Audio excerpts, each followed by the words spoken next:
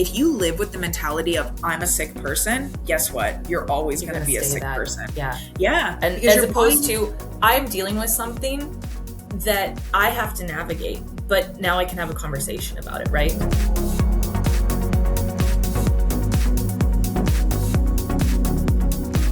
Hey everybody, what's going on? Welcome back, strong, well-fed, and outspoken, baby. You guys are joining us on a fun one today, a Q&A episode today. So if this is your first time listening, honestly stick around because we cover a lot of different topics. There's a lot of tomfoolery, but first, welcome to the pod. My name is Rusty, or Coach Frizzle, or the Miss Frizzle of Fitness. And I'm Coach Nell, and I feel like if you're tuning in for the first time, this is new, but if you've been listening for a while, you probably always open to us giggling because we're making faces at each other and stuff before we record, because there's like a countdown, and we always, I don't know, like I get really excited for these episodes because they're kind of fun. I'm notorious for like laughing at the wrong time. Yeah. Oh yeah. Always. And right now we're in like different time zones. So I was just like, I just woke up an hour ago, and so I'm like, I feel like I still have the sleep look. So I'm like, let's go. This is a nice change of pace, because usually I'm the later time zone, and Rusty has been up for like hours. She's been to the gym, she's done client check-ins, and I'm like, mind is working. First sip of coffee. I don't even know I've talked to a human yet. Yeah, legitimately. Maybe we'll switch it around when I'm back on the mainland, because now that I know your pain sometimes. I mean, it's good for me. There is comfortably uncomfortable. That's kind of my goal as a human, because that's where we grow, right? And totally. If you'd never get a little bit uncomfortable and get used to being there, you're not going to change. Legitimately. I actually watched, I love Viola Davis. Do you know who that is? Mm-hmm. Yeah, she was like How to Get Away with Murder, right? Oh yes, How to Get Away with Murder. Like, I think the very first thing I ever saw her in was The Help. Years ago. It was based off the book. That was so good. I love. Have you read the book? No, I have kind of a policy that if read the book and then talk about it. I have actually, you know what? Sorry, on that note, and for everybody listening, client or otherwise, you might get a sneak peek. But I was going to say to you, I feel like we should start. We have our monthly live calls, but I feel like we should do a book club with our athletes, because so many of us read, and forget about this will literally just be like a live hang. What do you guys think? Okay, good, because I was like, I only read for fun. Are we reading for help? No, not health books. Forget that. Those are boring. We love those too. Yeah, no, I think I'm gonna put a poll in our so if you guys don't know, we have literally, obviously it's private communication when you work with us one-on-one. We also have a group chat with literally all of our clients. Very it's popping in there.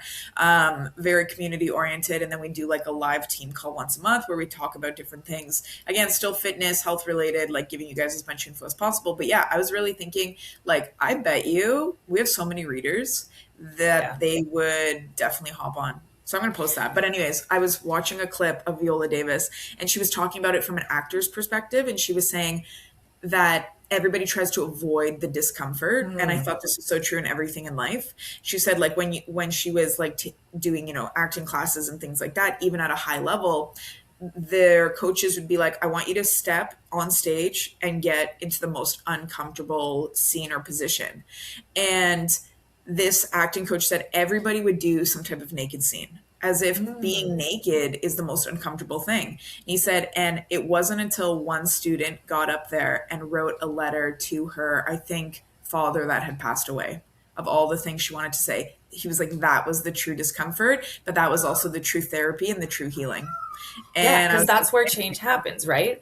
In that uncomfortable. So I say, you got to be comfortably uncomfortable. And it applies to weight loss. It applies to fitness. If you want to lose weight, you have to get comfortable being in a deficit, which can feel tough sometimes, right? If you want to build muscle, you got to get comfortable with work until failure, to feeling that last rep where you're questioning all your life choices. That's uncomfortable. And so I try to make that my mantra of the, when I'm going through it. Definitely. Yeah. And actually on that note, I think that kind of leads into, I know our order, but I'm going to switch up our order if that's okay with you. Because the one question, where is it now? I can't even find it now. Oh, here we go. It was from, okay, so when we do our Q&As and we ask you guys to leave questions, you can leave them on the pod. We post them on our Instagram stories as well, like a Q&A box. We also leave an anonymous link. So never feel like, we're going to call you out or anything. Mhm. But yeah, so for the first question, came from somebody anonymous. Hey guys, love the pod. What do you do when a client disagrees with you?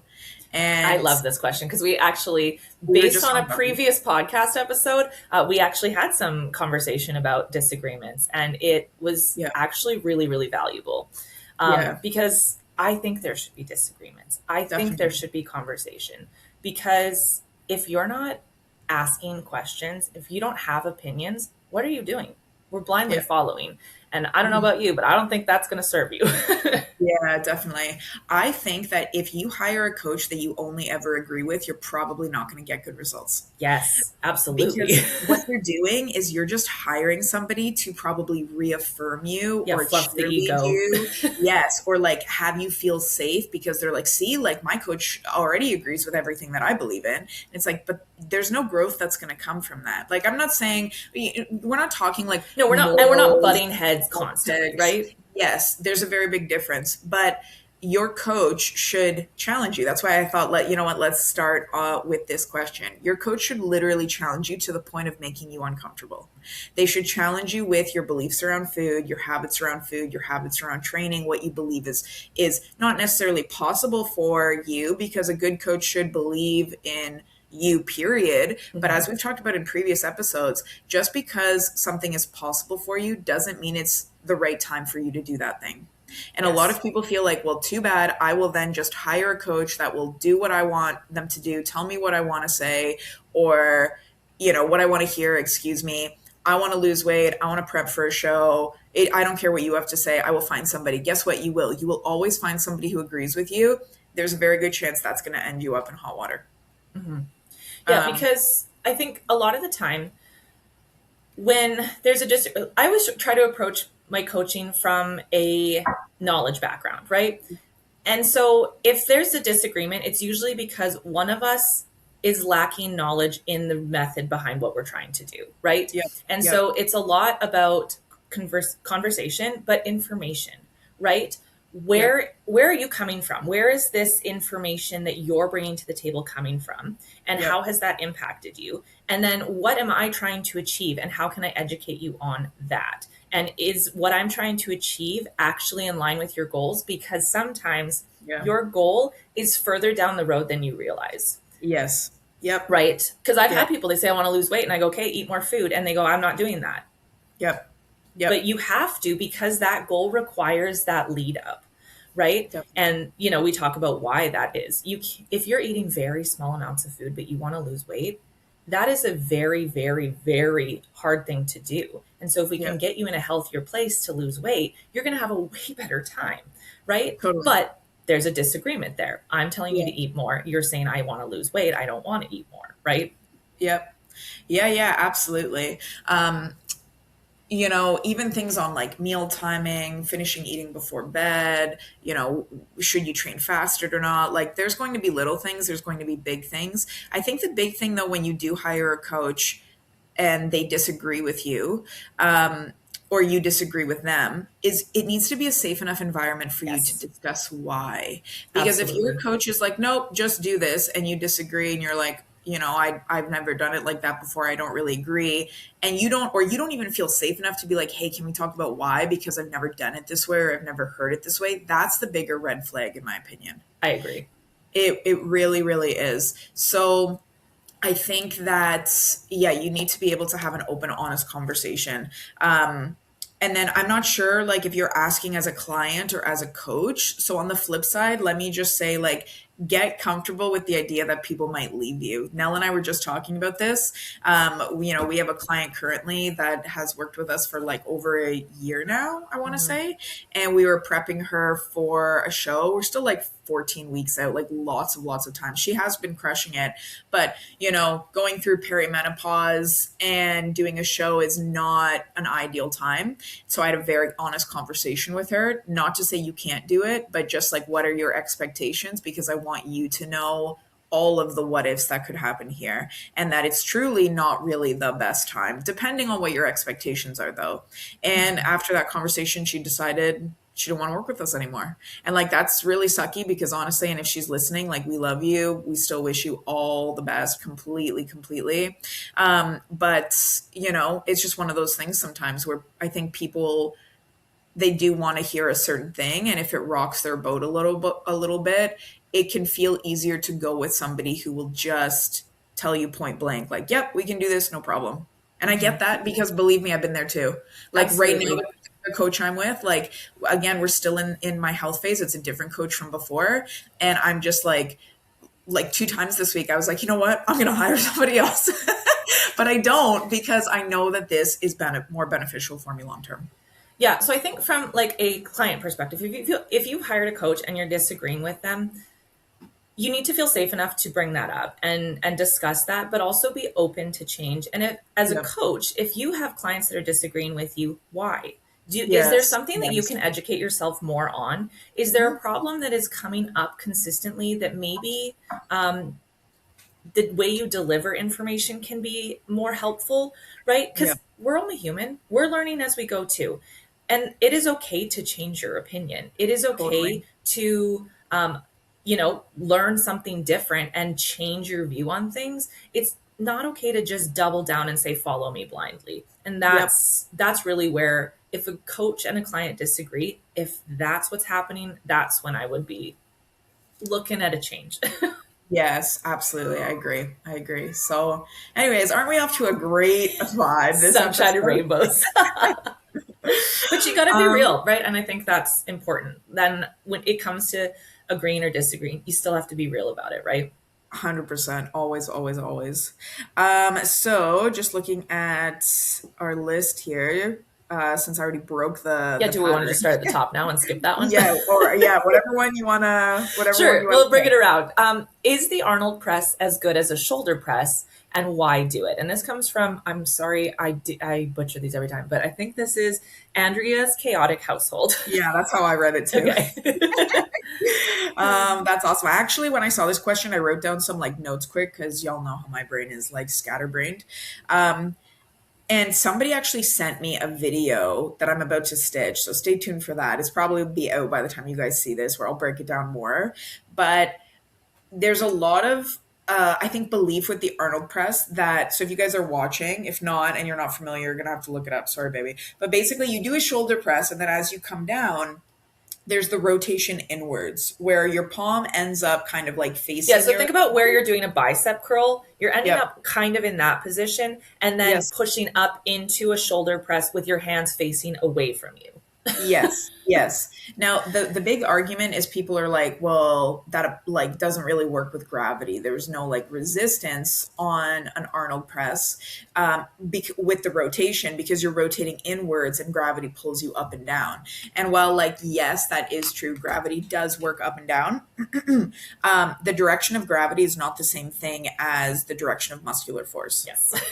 That's the big thing that we want to keep in mind, right? Don't get me wrong, gravity always plays in. It's a factor that we want to look at, right? We want to look at three things when we're talking about an exercise, really: the direction you're trying to move the weight, the torque or like the force that you're trying to produce, the line of force, and the direction gravity is trying to move the weight. That is a consideration, but it is not the entire thing. So, gravity does pull you down. That is true. But your muscles, again, don't work on the direction based off of gravity, right? So they work on the tension that we create around a joint, which means that as long as that dumbbell is staying in a horizontal position away from your head, there is always resistance on your shoulder. Because here's the So, thing. So, shoulder, we think here. If you're watching, I'm touching my shoulder, right? yep, But what we sometimes forget is there are lots of muscles that are in that area of your body, right? yep, And yep. I think that's sometimes we get mixed up because we think about just the area of the body moving and not necessarily all of the pieces that are doing that moving. Yes, absolutely. So what matters the most when we're looking at the shoulder joint is what we can call the moment arm. So basically, it's the distance. The moment arm in any movement is the distance between the joint being worked and the weight that you are moving. So in the case of a shoulder press, right, it's literally your entire upper arm, your humerus, and then your forearm.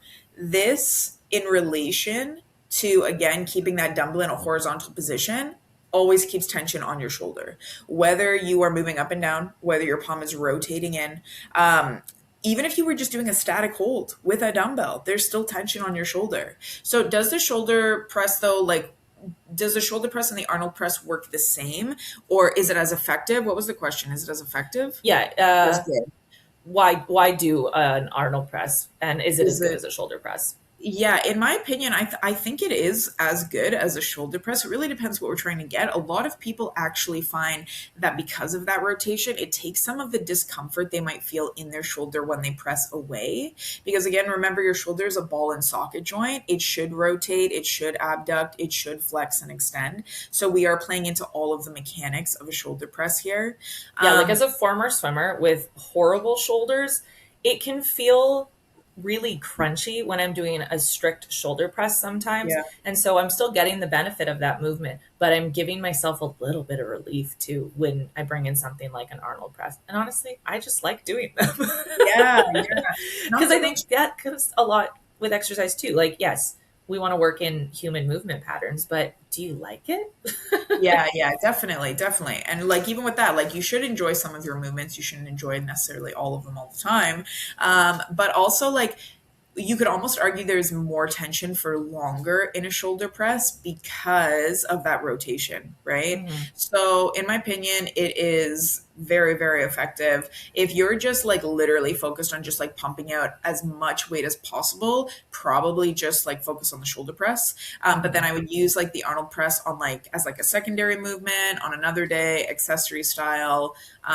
Yeah, I think it's super effective though. And if you think about it too, like if we're talking like a strict shoulder press, we're usually using like a barbell, right? And so you're kind Yep. of locked in this position. And so with an Arnold press, you're using dumbbells, right? Because you need that freedom to move. So there actually might be a little bit more like Yes. neutrality in it, right? As Yeah. someone who has had wrist surgery and stuff, sometimes that can actually be a little more comfortable. And it's allowing me to push more weight because I'm not limited by a joint issue. Yes. Yep. Yeah. That's a very, very good point, especially with the like neutrality of it. Mhm. All Cool. right. So, shall we jump in to the next one? I think I read the last one. So, do you want to read this one? Yeah. Um, should we do a fun one now, actually? Sure. What is, or sorry, they said just your favorite breakfast lately, the Jim underscore Jones.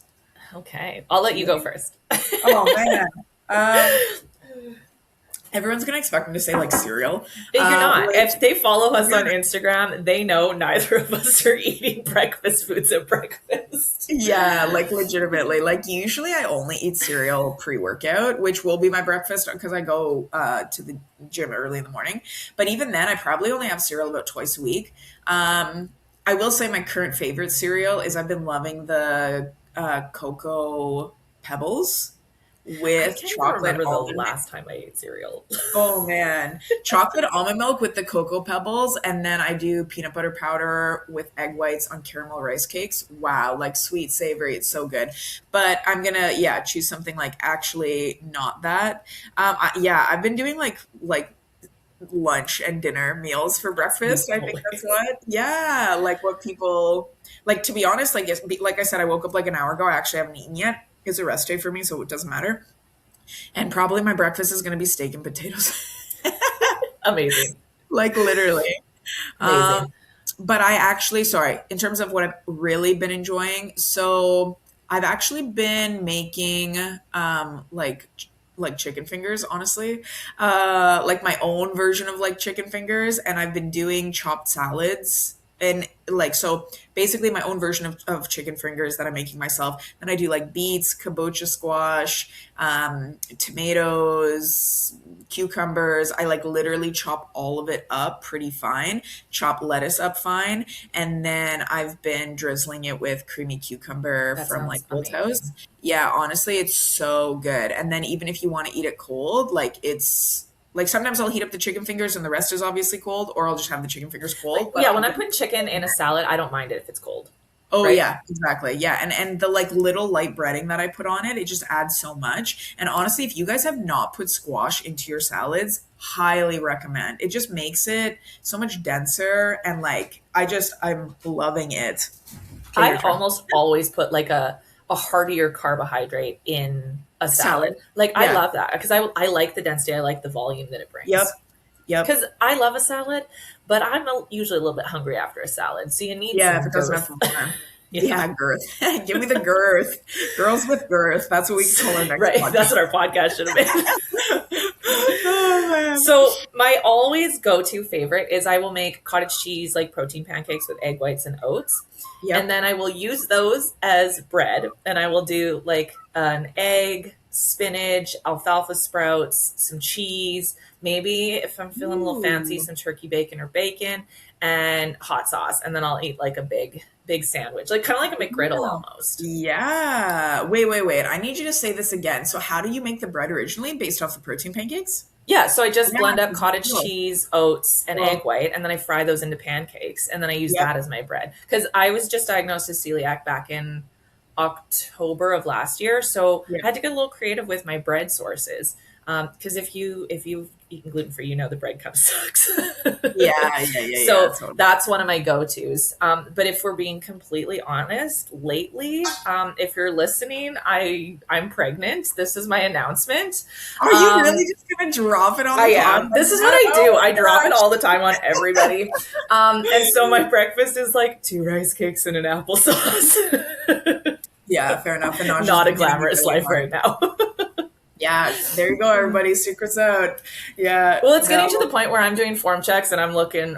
It's that fun. Like, is she just putting on weight, or Yeah, so? yeah, And I'm yeah. like super out of breath. I'm like, okay, and you're just gonna do your bicep curls like this. So Yep, now you yep. know I'm actually still in shape. It's just hard right now. That's awesome. That's so great. Yeah, it's been awesome because like Nell and I will sometimes be like talking about her pregnancy because I've been Yeah, fortunate I think enough you to know. knew literally like the week I did. Yeah. I got to know really early on. So even with like our team calls with the other assistant clients, like we'll be like waiting for the others to And join and then, talking. yeah. Yeah, and then someone hops on, we're like, okay, and we were just laughing about the weather. Yeah, but I'm out of the first trimester now, so I think Yeah, it's fair to tell the world. And that's I'm a firm awesome. believer, like tell people when you're ready. If you're pregnant, tell people when you're ready. Totally. But Yep. I would tell people early on because if something were to happen, I want the support and love, right? Yes. I've always said that. I've always said Yeah. that So for me, actually. that's Yeah. kind of my opinion on it. And I'm not Yeah. good at keeping secrets at all. Yeah. That's awesome. All right. Well, there you go. The very honest breakfast, both sides of Is the it my coin. favorite breakfast? God, no. When you first started that, though, like before you said, like, if we're being real, I thought you were Yeah. going to say, like, before being diagnosed with, like, gluten, I thought you were going to tell us, like, Oh, some no, I old would still eat the same secrets. thing. I would probably just use bread. Real bread. Yeah. Fair enough. Fair enough. All right, y'all. Or like my other go to is just like eggs, rice, and veggies Yeah. in like a big scramble. I love it. Yep. Super simple. Okay, so Where are we at now? yeah, what's one supplement you think everyone should take? Does it even exist? And this is an anonymous question. Yeah, this is again. I was writing down like a couple that initially came to my mind, and as I'm like looking at the ones that I like wrote down, I think for me it would be a toss up between it's like very basic, very generic because we're talking about one supplement everyone should take. We're not talking about like oh people that have gut health Yeah, like I issues. will finesse the hell out of this for individuals, but as a Yes, blanket, and there's even, not everybody. There are going yeah, to be one-offs, but as a general, I would say yeah, probably creatine. yeah. That would be yours. I think so, Yeah. for the most I mean, part. creatine is amazing, and like a lot of people think like, oh, if you're listening, you might think, I don't like work out that hard, I don't need it. But the benefits of creatine from a life perspective Yes, and alone, cognitive function. And yeah, you have balance, creatine in your body if you're eating animal yep, proteins, right? So I don't think we yep, need to like be afraid of it. Now there are people that don't take it or have reacted to it in ways that I find surprising and I don't have the scientific background to dig into it, but as a yeah. general, I would probably recommend that and vitamin D3. Yes. So there you go. You just took mine. I was going to say D3. Vitamin D3 Especially is if you live further away from the equator, right? yeah. The big thing though is that like people, yeah, definitely then. But almost everyone, you guys, even if you do live in a sunny place, is deficient in D3. And like there's so many benefits. Like we're talking one supplement that, yeah, like recommend to everyone. There's so many benefits as to vitamin D3, which is why that would be my pick. Mm-hmm. So yeah, almost everyone, myself included, is deficient in D3, but like three big things. So, like mineral absorption. D3 is directly going to help with mineral absorption. Yeah. Everybody thinks about D3 as like the good mood, good Yeah, energy. or like And sunshine vitamin. yeah, it absolutely will. Like if you struggle with low energy, I mean, there's other things we want to look at, like your iron stores and I mean, just what you're eating as a whole. But generally speaking, if you want to be like have more energy, more sunnier disposition of life, D3 will definitely play in there. But mineral absorption is huge. If you want to get the most out of the food that you are eating, your D3 levels need to be in a good optimal range. Also, insulin sensitivity, right? Like, Mm. if you're worried about insulin sensitivity or you're like you think you're prone to insulin resistance, D3 will actually help make you more insulin sensitive. So from a quality of life perspective, like across the board, I would probably pick D3. And Yes, I D3 did. is like it children up to adults, right? Like it Yeah. everybody. There's so Yeah. like I wouldn't recommend feeding your kids a bunch of creatine, you know? Yeah. But Yeah. Yeah. Yeah. D3 definitely. Actually, fun fact, more of an anecdote really. When I Yeah. was a teenager, I grew up in Yukon, and if you don't know, it's cold and dark there a lot of the year. And so the Yukon government and the health board actually did a campaign about vitamin D intake, except they went with everybody needs the D, even me. And Uh, I mean, if your mind is in the gutter, if you are like me, you know. yeah. So yeah, that 100%. campaign got pulled hard and fast, but it was after they shipped out all these posters, and it's like families, like everybody needs the D, even me. And I think about that constantly. That's amazing. That's awesome. Everyone needs the D, even me. I love it. I love it. I love it when like older or political people or whatever do these And they don't campaigns realize you about real thing. Yeah, yeah. yes. But yeah, I'd probably pick D3. If you guys are wondering where to start, I would start with like 5,000 IUs every day. Mhm. But I'd get some K2 in there as well because K2 is just going to make sure the D3, isn't building up, basically isn't calcifying. It's going exactly where it needs to go. So D3 and K2, And that's you for can my, buy them together, right? yeah, It's an easy thing. But if you literally. stocked up on D3 and you're listening to this, you're like, I take D3, pop some K2 in there too. Yeah, yeah, yeah. Um, okay, so where are we? I've like totally lost my thing. We're Oh, at fruit I got questions. it. I'm not gonna since we just did the fun one, I'm gonna hold this Okay, one up. sounds good. Um, why does my hunger feel lower when I work out, but higher on the days that I rest? Also Oh, from interesting. Anonymous. Yeah. I like this one. I definitely feel this as well. Do you feel this? It depends on how we're defining feel. Hmm. Yeah. Because I think about my hunger more on Mhm. non-workout days because my brain is not dedicated to counting reps Yeah. or things like that. So it's maybe a little more at the forefront, but unless I've blasted really heavy legs, I'm probably not noticing like, oh, I actually am hungry. Yeah. Yeah. Yeah. But if we're Yeah. being completely honest, my hunger cues are probably still very skewed. So Yeah, fair enough, fair enough. I actually think the way that you just said that is perfect because I do find that my hunger tends to be less on workout days as well. But absolutely, it's because my workout takes up so much time of my exactly. day. I just don't have the mental, you know, space. Bandwidth. Yeah. Yeah. So on rest days, yeah, I definitely would say I notice my hunger more. It like again psychologically, but I do think that I do believe that like physically speaking, I mean, absolutely, we want to have a good pre-workout and post-workout meal. We want to replenish, to help with recovery. But remember, like your recovery process also isn't like instantaneous, Yes. right? It's not like you have 60 minutes to help me recover or else.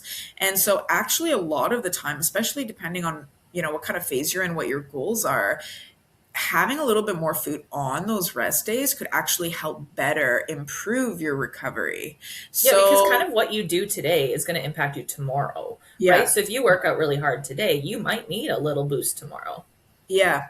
So I would say probably you're experiencing both the psychological effect, but also again, when you work out, like you're putting your body in a state of stress. It's a good stress, but it's a state of stress. When our bodies are stressed, they don't really understand the difference, like, oh, workout versus emotional versus work or political related stress. It just sees stress. And your body is not really designed to send you hunger signals when it's stressed.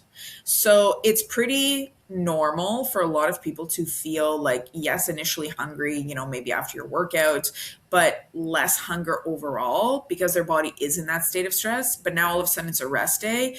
You're in rest and digest mode. You're calm. You also have more time psychologically, less mental bandwidth taken up. And so, again, your body is like, we're hungry now. That leg session you crushed yesterday, we're ready to eat. So go find us some food. So, pretty common for a lot of people. And again, not everyone. I know there are some people that are literally ravenous on the days they work out. And this is the beauty of why we're all so different. But yes, a very real thing there. Yeah, like I would say I'm hungrier on workout days, but that's probably based on when I'm doing my workout and things like that too, right? Like if I'm doing a workout early in the morning, by the time lunch rolls around, I'm like, get in my belly, right? Yeah. Whereas on rest days, I probably spaced my meals out a little bit different because my day looks different. And so I always notice like on workout days, I want to eat more. Yeah. Yeah, definitely. Yeah, yeah. I feel that for sure, for sure. So I think this Okay. actually kind of leans into a bit of a heavier question. So do we want to Oh, talk yeah. about, okay, awesome. So in a Yeah. previous Q&A episode, I think it was a Q&A, we both said food noise isn't real. Can we explain and expand on that because it sounded kind of ignorant and this is coming from an anonymous poster. So absolutely. Like we said, sometimes you're thinking about food from what your body is saying standpoint, and sometimes we think about food from like, oh, I'm not filling my brain with other things. Mhm. And the reason I said that I don't agree with food noise existing is because the definition is very new, and I believe that it's being used incorrectly by a lot of the general public. Yeah. The earliest I could even find a source for it was '06, and it wasn't until 2024 that psychologists and people in the industry actually put a definition on it. And so Yeah. that's kind of why it didn't exist. It doesn't exist. It's a new term. Now, that doesn't mean that language is not evolving in things. But what ends up happening a lot of the time, in my experience, is that people are thinking about food. And this is, we're talking general. I'm not saying people struggling with an eating disorder because that's where food noise really does kind of come into play, in my opinion, Yeah. is people that have debilitating thoughts around food and how it's impacting them in a very negative way. So, Yeah. what ends up happening is people think about food in a natural, organic way. And you need to because you need to eat to stay Totally. alive, right? And then what ends up happening is they start to struggle with what they're thinking about in terms of food because they're trying to achieve new things. They're viewing food in a different way and they're Yeah. getting uncomfortable, just like we talked about at the start of the episode. They say, I have food noise. And they box themselves in with this title and they stop having the conversation. They Hmm. stop diving in deep into why do they feel that way? What Hmm. have they learned about food in the past? What is impacting them right now? Because a lot of the time, it's not that the food is the problem, it's Hmm. that they're eating to self soothe, they're eating to avoid other stressors in their lives and things like that. But Yeah. instead, they say, I have food noise, they close that door, and then they feel that they're no longer successful. And Yeah. we've seen the rise of this conversation because of GLP-1s, right? And that Yes. stops those thoughts for a lot of people, or it dulls them way back, and they go, oh, well, now I have food noise and I don't have food noise. And then what happens is when they come off of a GLP-1, those things come back up and we're still having to navigate them. And so Yeah. that's why I said what I said. But of course, it's the internet and it's a little bit clickbaity, right? Yeah, definitely. Definitely. Yeah. So Nell like really like nailed it. You guys have to remember like the terms that you have been subjected to are not necessarily terms that you came up with on your own. They are terms that the industry have created to represent. a grouping of symptoms. It's the same reason why starvation mode doesn't actually exist, and neither does Or things like, toned, yeah, right? neither does adrenal fatigue, right? Mm-hmm. Starvation mode is not a real thing, but what it is a term that the industry came up with to classify a grouping of symptoms or feelings. Adrenal fatigue is not a real thing. It is literally a term to classify a group of symptoms. Um, what are we talking about? Food noise? Food noise, Food yes. noise is not a real thing. It is a term that the industry has come up with. And, like Nell said, the first reportings of it back in 2006, but you're hearing about it a lot more now. Why? Because big companies that are selling you something based off of fear, don't get me wrong, we're not against GLP-1s. I No. actually think they have the ability to change people's lives. I think they are huge gifts. We work Yes, with many clients on absolutely. GLP-1s, but it doesn't change the fact that that's an industry that's now using a term to also sell to some people based off of fear. Um, and I can say this as somebody, because when we posted that, people were like, you don't know what it's like. Excuse me, bitch. Yes, I do. Okay. I literally lived in, I still have food noise all the time, first of all, if that's what we want to call it. But if the first terms weren't until 2006, I was 15 at that Yeah, point. I I can was tell already you, dealing with those yep, issues prior to that, right? And I think yep, that's the other thing too is like I was I was 16 in 2006. I was watching America's Next Top Model and hating everything about myself at that yeah. point.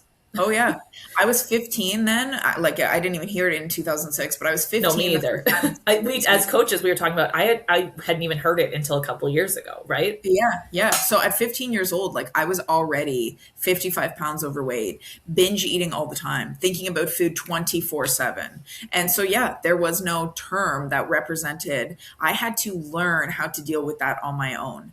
And I don't believe that food noise, when I say that, it's not that I don't believe what you're going through isn't real because I've been Yes. there. I know it's real. Yes. 100% it's real. But I believe that this term, just like starvation mode, just like adrenal fatigue, is literally that. It's just a term. And the problem is that now we have literally stereotyped people into believing that food noise is a bad thing. And it's put people in this almost mentality of this sucks. What's wrong with me? I'm never going to get better. See, it's almost like I have this disease. And there's Yes. one thing, if I could tell you guys, it's that if you live with the mentality of I'm a sick person, guess what? You're always You're going going to to be a stay sick that. person. Yeah. Yeah, And because as your opposed body, to I'm dealing with something that I have to navigate, but now I can have a conversation about it, right? yep, your body literally responds to your mentality. The body keeps the score is based off of trauma. It's based off of, if you've never read that book, it's based off of mental beliefs. Your body follows where your mind goes. The physical follows the physiological, right? These are all very, very true things. So when you constantly tell yourself, I am somebody who struggles with food noise, guess what? You're always going to struggle. But what if you actually said to yourself, I am somebody that has food noise and that's a normal thing and it's an okay thing. And now we learn how to actually deal with that food noise because guess what? That's exactly what we teach our clients to do because it's how we learn to deal with it before GLP-1 and before food noise was even a term. So like, Yes, let me tell you my guys, issue is not that you're dealing with these things. It's that we're using this label as a reason to not deal with it sometimes, right? exactly. Why instead of, if food noise helps you have a conversation, you say I have food noise, I'm going to stop you right there and I'm going to say what are you actually feeling? When are you Amen. feeling it? How are you Yep. feeling it? Because Yep. like you said, it's this sort of blanket term and I want to get to the nitty gritty so that you can actually be successful. Exactly. Exactly. So, like, for me, one of the big things that I used to start doing back in the day in regards to food noise that I was having is so, like, I was always a huge ice cream fan, still am, excuse me. But, like, I would think about ice cream a lot. And so, when I really started to, like, okay, I want to get a handle on this, like my binge eating and everything, I used to, and I've talked about this many times, I used to start to ask myself, first of all, I stopped letting myself get scared at the idea of like wanting ice cream. Like 8 in the morning, I want ice cream. Yes, Um, removing the fear, right? yeah, That's a yeah, huge piece of the puzzle, in my yeah. opinion. I started realizing like this is just who I am. This is okay. I like ice cream. We're going to deal with this. So, one, I would often ask myself, okay, so first of all, like, am I actually even hungry right now? And you can apply this to any food. Any food you feel like having, you can't get off your mind, you're thinking about food, period. It doesn't even have to be a specific food. Am I actually hungry right now? Great way you will know this is by saying to yourself, could I go for chicken, broccoli, and rice? If you can honestly answer yes, then guess what? That is true physiological hunger. Steak and potatoes. Could I go for that Yeah, right I've now? been there. I've been Yeah. so hungry. I'm like standing in the fridge eating, like you talk about the shredded cheese. That's me, but like a rotisserie chicken. Oh yeah, yeah, yeah. But like, and the reason why I chose something very like bro-y, let's say, Yes. is because, we're choosing something that we're not like hyper palatable. Even Yeah, it's not rotisserie like chicken, I I would don't argue, think is anyone's out there like my palatable. favorite food is a chicken breast. If Yeah, you yeah, are, yeah, yeah. cool. Yeah. But like honestly, could you go for broccoli, chicken, and rice? If your answer is yeah, you are truly hungry, baby. You need to go eat. Of course, you are having food noise. But if your answer is like, you know what? No. You can even ask yourself another thing. Do you want some egg whites? Do you want some rice cakes and peanut butter powder? Like, no, then guess what? You're probably not hungry. That's okay. You still have this food noise, but you're not that hungry. So now we ask ourselves, like, or what I used to do is also say to myself, where do I think, as you kind of touched on, Nell, this desire is coming from? Because I also started to sit with myself a lot more so that I could understand. For me, Yes. this meant a lot of the time, a lot of the food noise I was having was based off of discomfort. Up until that point in my life, I had used food to celebrate, but I also used it as a crutch. I used it for comfort. I used it for safety. So was I thinking about food because something had just happened? Was I anxious? Was I scared? Was I lonely? Was I looking for safety in some way? Because if you can address that, it also then allows you to move forward with understanding. And the more understanding you have, the less scared you are of that thing. Okay. So Mhm. then once I recognized, at times though, I would still allow myself to have the food, of course, because there is something to be said for allowing yourself to have something when it's a choice you are truly making rather than just, I have food noise, I'm sick, something's wrong with me, I can't stop eating the ice cream because I think about it all the time. Do you see how that thought process is very different? I've now Yes, walked because having myself that food through. is keeping it from ruling you, right? Mhm, mhm. So understanding like where it was coming from, and then also just recognizing I am still going to have ice cream, whether it was a true like hunger signal, or what I would call above the neck, below the neck, right? Below the neck is the true hunger. Above the neck, maybe it's more emotional, it's, situational, whatever it is. Even if sometimes the answer is this is an above the neck hunger cue, also recognizing I'm allowed. Now, can I make it fit within my macros? I do Mhm. still want it. I am feeling sad. I do still want some ice cream. I'm in a situation, whatever it is. Can I make it work? A lot of the time I would then just try and make it work. And guess what? Now I feel great. I thought about it. I went through the process. I'm confident in having that ice cream. There were other times I wouldn't be able to make it fit, and I would tell myself, it's okay, we can have it tomorrow because nothing was ever off limits. But there were also other times I was like, you know what, I can't make it fit, but I am still going to have some here now. And that's okay because at the end of the day, you're a human being. You don't only have to ever eat things simply because they fit into your macros. Yes, and you are not a failure because you have opinions about food. Yep. Yep. Because Absolutely. you wake up and want to eat, because you're worried about where your next meal is going to come from or it's going to fit. That does not make you a failure. And I Exactly. feel that the term food noise feels it feels icky for a lot of us. It It feels like there's does. a lot of failure attached to it. There's something wrong with me. I'm failing in some way. Absolutely. So this is And I why, do not want you to feel that because you are yes, not. exactly. Never, ever. Like nobody, you guys, no matter what situation you're in, no matter what your relationship with food looks like, no matter how many times you have tried and felt unsuccessful, you are not a failure. There is nothing you cannot do.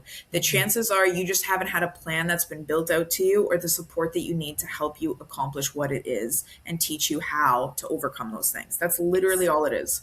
So, do we believe that food noise is real? The term itself, no. The symptoms you're having, yes. Very big difference. And now you need somebody to help you learn how to deal with those symptoms instead of Mhm. just labeling you. And as a coach, when you come to me and you say, I have food noise, that's going to prompt a conversation. It's just Yeah. like when I get this all the time, I want to get toned.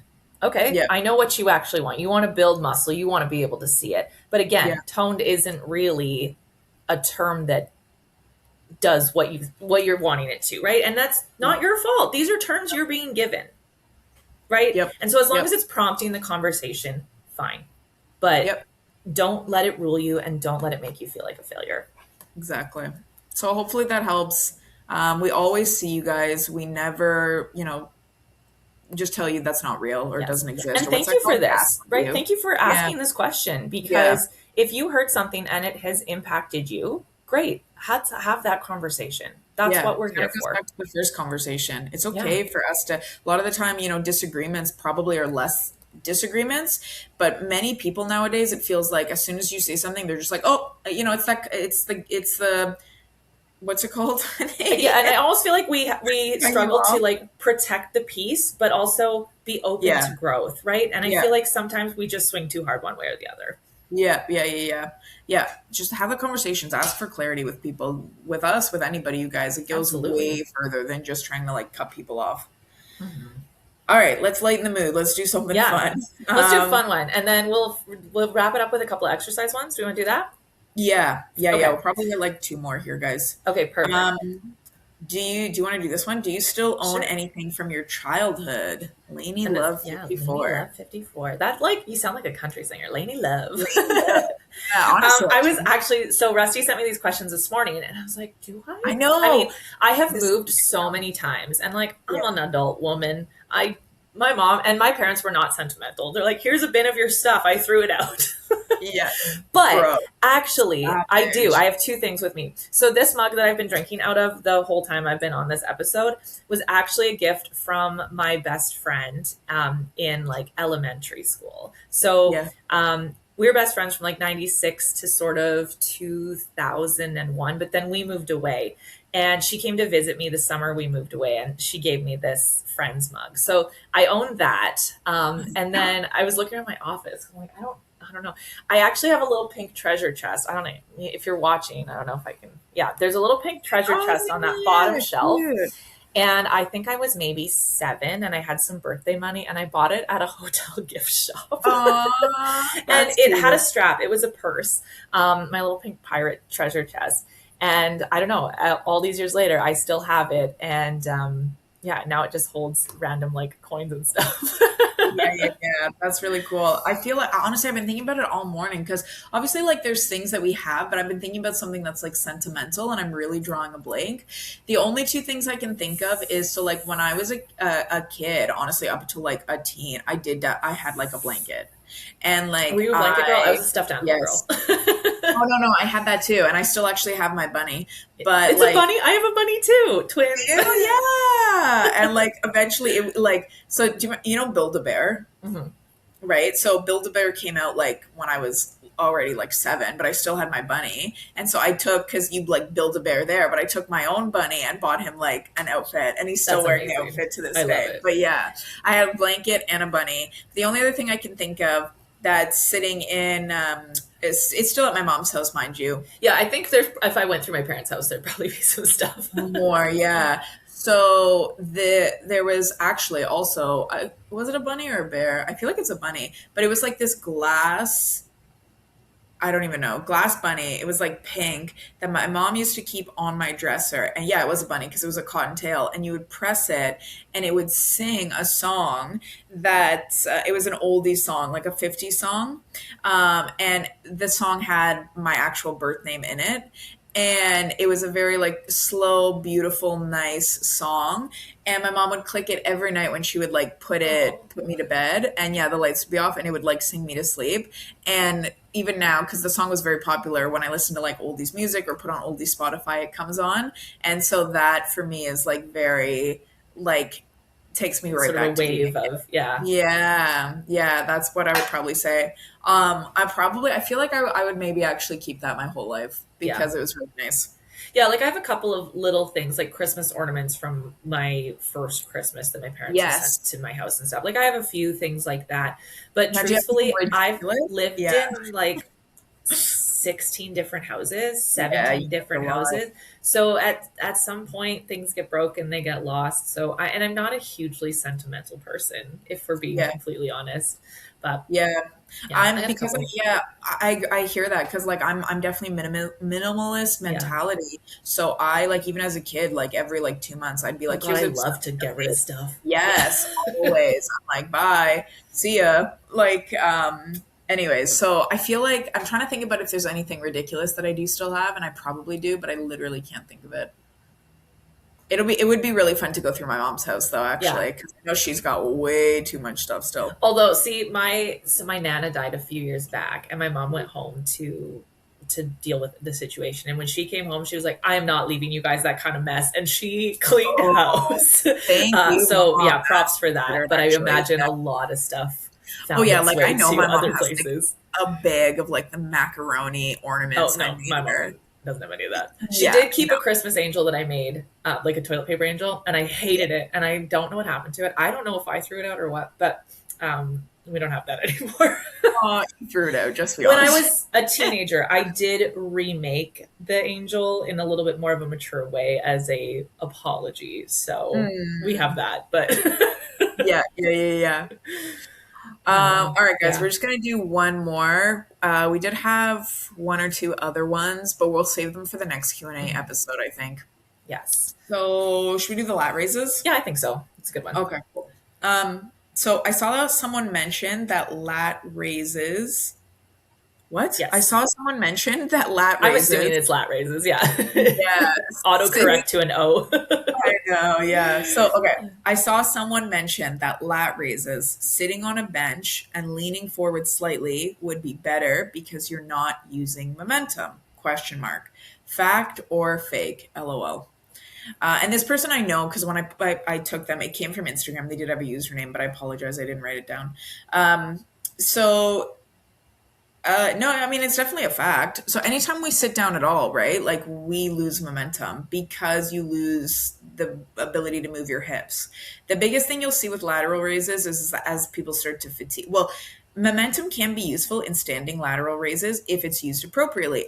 To be honest, any momentum is Mhm. used effectively when it's used appropriately. So, like, if you're starting off your lateral raises with like your hips swinging every time you lift up the weight, your weight is probably too heavy, or you just need to take a step back and work on your form.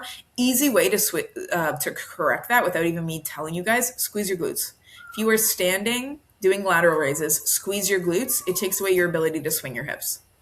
So that's step one. But again, like if you're doing lat raises and then you're like literally, you're at the final end of your reps and you're trying to just bang out a few reps, let your hips swing a little bit. It will help you get that weight up.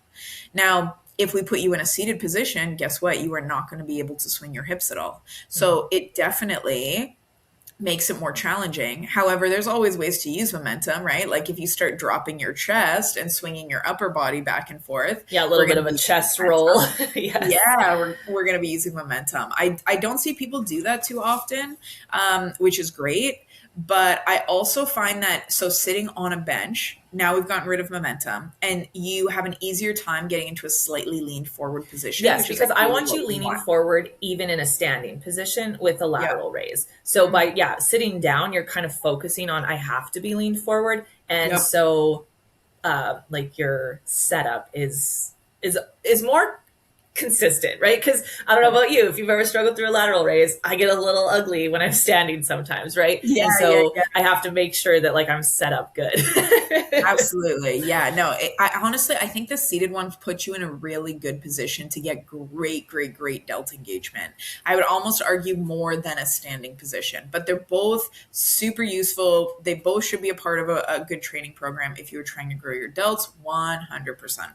Now, I will say, if there are other factors we're going to look at here, it, that's going to be personal, right? Depending on the height of that bench. Because I have been Yeah. in gyms where if I'm seated at a bench, my knees are up in my face and like I don't have enough lean or my dumbbells are dragging on the floor.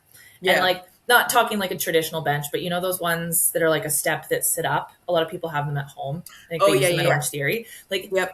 I would not do that setup on something like that because my limbs are gangly, right? Yeah. And so, yes, it may be more stable, that is a fact, but does it work for you? Right. Yeah, absolutely. Absolutely. Yeah, that can make a very, very big difference. But yeah, um, so fact or fake? No, I would definitely say fact, but both are great. Both should be a part of a, training program, in my opinion. Have them on 2 separate days, whatever it is. You could even do like a really great drop set where you go from seated, really burn the shoulders up, then go into standing, because now you'll be able to lift, you'll be a bit stronger in that standing position. So without even changing the weight, once you hit failure in a seated position, go to standing, you'll be able to get a few more reps out. That's an I awesome love way to, doing that in a lot of exercises. yeah, makes a big Especially, difference. yeah, like we talked about Arnold press and shoulder press earlier on. That's another one where you can use a little right at the end when you're really tired, right? Totally. So, guys, Q&A episode. This is a long one today. These are great questions. I know we are a little overdue on the Q&A, but we are covering so many great topics the last couple of weeks. So, again, if you're new here, we do try and do these like one a month, one every 5 weeks. So if this prompted any questions that you have, please drop them in the comments below. Or again, you guys can message us on Instagram, Facebook, anything. All of our links will be in the show notes below. And in the meantime, if you guys are like, hey, I want to get in on that book club, guess what? No, we don't need coaching. We want to read the books. Yeah. But in all seriousness, if you guys are looking to, work with people who will help you with your food noise, with your lateral raises, with, better breakfast ideas and communication, challenging you, and then you get some awesome community on the side, there is again, link in the show notes to fill out a form. We'll hop on a call, chat a little bit more with you about where you're at, and we'll go from there. All right, you guys, have a great rest of your week. We'll see you next time. Bye. Bye.